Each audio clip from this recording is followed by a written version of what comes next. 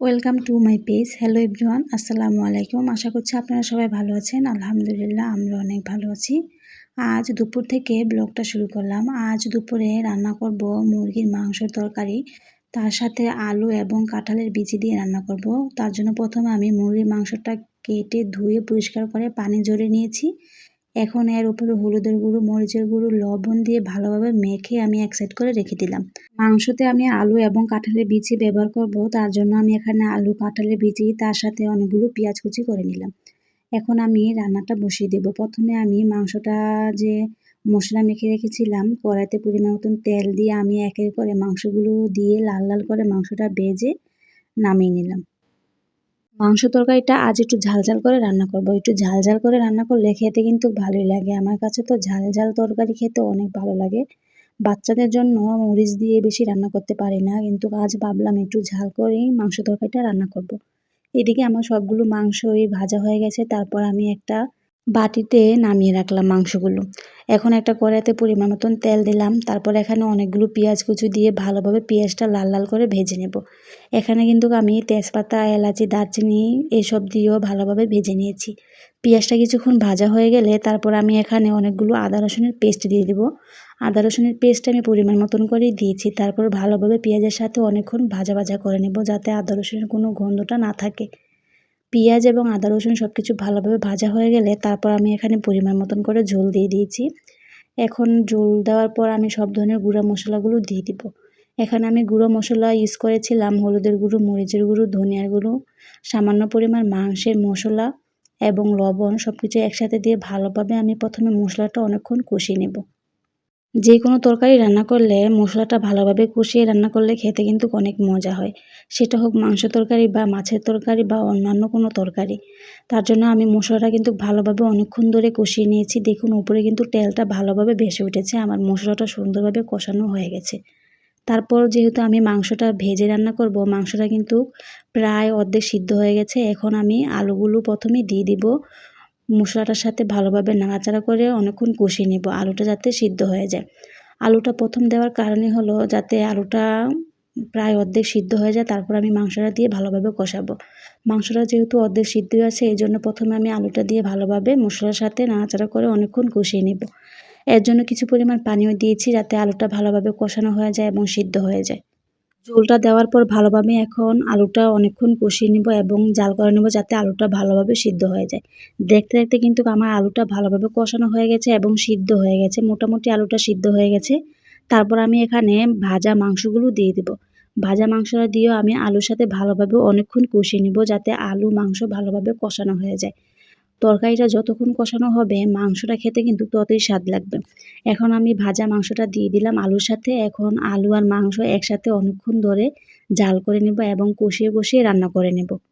কাঁঠালের বিচিটা দিলে তাড়াতাড়ি সিদ্ধ হয়ে যায়, এজন্য আমি এখন কাঁঠালের বিচিটা ইউজ করতেছি না। আমি আলুটার মাংসটা ভালোভাবে কিছুক্ষণ অনেকক্ষণ কষিয়ে কষিয়ে রান্না করে নেব, তারপর আমি কাঁঠালের বিচিটা ব্যবহার করব। দেখুন দেখতে দেখতে কিন্তু আমার মাংস এবং আলু ভালোভাবে কষানো হয়ে গেছে, উপরে তেলটা সুন্দরভাবে ভেসে উঠেছে। তারপর আমি এখানে কাঁঠালের বিচিগুলো যে পরিষ্কার করে রেখেছিলাম সেগুলো দিয়ে দিলাম।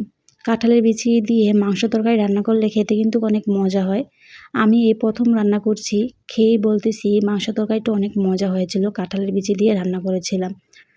তারপর আমি কাঁঠালের বিচিটা দিয়ে দিলাম। এখন ভালোভাবে আলু মাংসের সাথে নাড়াচাড়া করে মিশিয়ে নিয়েছি। এখন আমি আরও কিছুক্ষণ তরকারিটা ভালোভাবে কষিয়ে নেব, তার জন্য আমি আরও অনেকক্ষণ জাল করে নিয়েছিলাম। এটাকে আমি ভালোভাবে ঢাকনা দিয়ে অনেকক্ষণ ভালোভাবেও জাল করে নিয়েছি এবং সুন্দরভাবে কষিয়ে কষিয়ে রান্না করে নিয়েছি।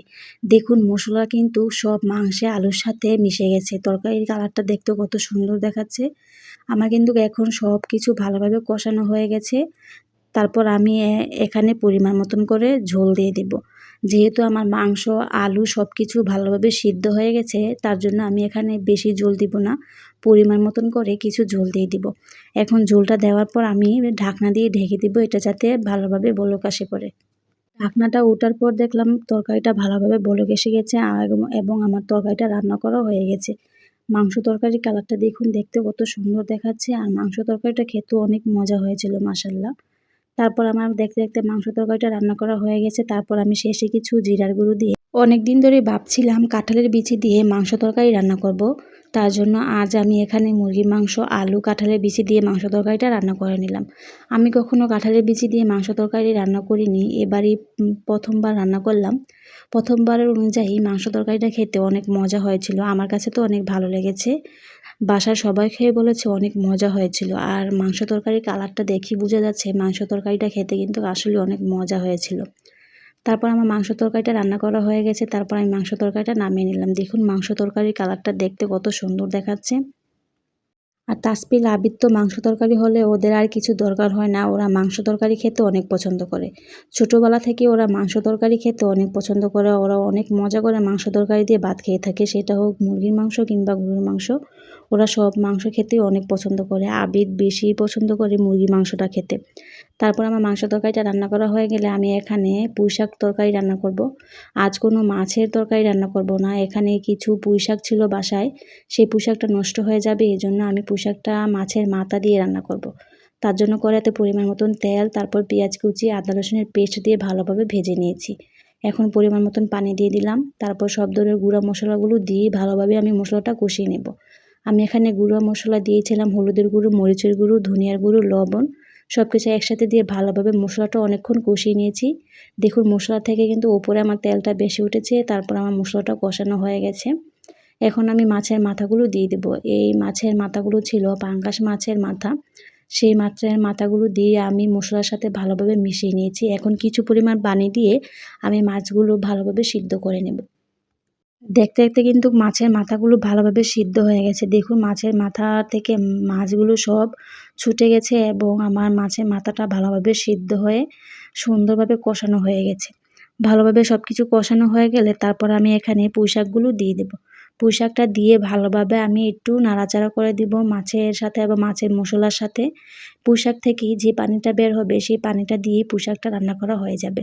আমার এখানে পুঁইশাকগুলো দেওয়া হয়ে গেছে, আমি এখন পুঁইশাকটা ভালোভাবে মিশিয়ে দিয়েছি। পুঁইশাকটা কিন্তু ঢেকে রান্না করলে পুঁইশাকটা একটু কালো হয়ে যায়, এই জন্য আমি ঢেকে রান্না করব না। আমি এভাবেই আস্তে আস্তে জাল দিয়ে পুঁইশাকটা নাড়াচাড়া করে রান্না করে নেব। দেখুন দেখতে দেখতে আমার পুঁইশাকটা রান্না করা হয়ে গেছে এবং পুঁইশাক থেকে কিন্তু অনেক পানি বের হয়েছে, এই পানিটা দিয়ে পুঁইশাকটা রান্না করা হয়ে গেছে। পুঁইশাকের পাতাগুলো সুন্দরভাবে সিদ্ধ হয়ে গেছে। পুঁইশাক তরকারি খেতে কিন্তু ভালোই লাগে, আমার কাছে তো অনেক ভালো লাগে। চিংড়ি মাছ দিয়ে রান্না করলে বেশি মজা হয়, কিন্তু আজ পাঙ্গাস মাছের মাথা দিয়ে রান্না করেছিলাম, অনেক মজা হয়েছিল পুঁইশাক তরকারিটা। যেহেতু পাঙ্গাস মাছের মাথায় কোনো কাঁটা থাকে না, খেতে কিন্তু ভালোই লাগে। অন্য কোনো মাছের মাথা দিয়ে রান্না করলে অনেক কাঁটা থাকে, ওই সময় খেতে তেমন একটা ভালো লাগে না। আজ পুঁইশাকের তরকারিটা খেতে অনেক মজা হয়েছিল, আমার কাছে তো অনেক ভালোই লেগেছে পুঁইশাকের তরকারিটা খেতে। আর পুঁইশাক খেতে এমনিতে অনেক ভালো লাগে, চিংড়ি মাছ দিয়ে রান্না করলে বেশি ভালো লাগে। তারপর আমার এই ছিল দুপুরের রান্না বান্না। তারপর আমি এখানে কিছু কাঁঠালের বিচি ভেজে নিয়েছিলাম। কাঁঠালের বিচিগুলো শুধু শুধু পড়েছিল, আমি সেইগুলো কাঁঠালের বিচিগুলো ভেজে রেখে দিয়েছি। কাঁঠালের বিচি ভাজা খেতে কিন্তু অনেক মজা। সব কিছু রান্নাবান্না শেষ করে দুপুরে গোসল করে নামাজ পড়ে প্রথম আবির তাসপিলকে খাবার খাইয়ে দিয়েছিলাম। তারপর আমি একটা প্লেটে সুন্দরভাবে আমার খাবারটা বেড়ে নিয়েছি। প্রথমে আমি একটা লেবু দিয়ে পুঁইশাকটা প্রথমে খেয়ে নিলাম। পুঁইশাকের তরকারিটা খেতে অনেক মজা হয়েছিল, আমার কাছে অনেক ভালো লেগেছে। আর পুঁইশাক দিয়ে লেবু দিয়ে খেতে কিন্তু অনেক মজা, একবার সবাই খেয়ে দেখবেন। পুঁইশাকের তরকারি লেবু দিয়ে খেতে অনেক ভালো লাগে আমার কাছে। প্রথমে পুঁইশাকের তরকারিটা খেয়ে নিলাম, তারপর আমি এখানে মাংস তরকারিটা খেয়ে দেখব কেমন হয়েছে। প্রথমে আমি কাঁঠালের বিচি নিয়ে নিলাম। কাঁঠালের বিচিটা দেখুন কি সুন্দরভাবে সিদ্ধ হয়ে গেছে। কাঁঠালের বিচিটা খেয়ে দেখলাম অনেক মজা ছিল, কাঁঠালের বিচিটা সুন্দরভাবে সিদ্ধ হয়েছে এবং অনেক ভালো লেগেছে খেতে। তারপর আমি কিছু ঝোল দিয়ে এবং মাংস দিয়ে ভাতটা খেয়ে নিলাম। মাংস তরকারিটা খেতে অনেক মজা হয়েছিল, আমি যেরকম চেয়েছিলাম আজ মাংস তরকারিটা ঠিক ওই রকমই হয়েছে। অনেক ভালো লেগেছে আজ দুপুরের খাবারটা খেয়ে।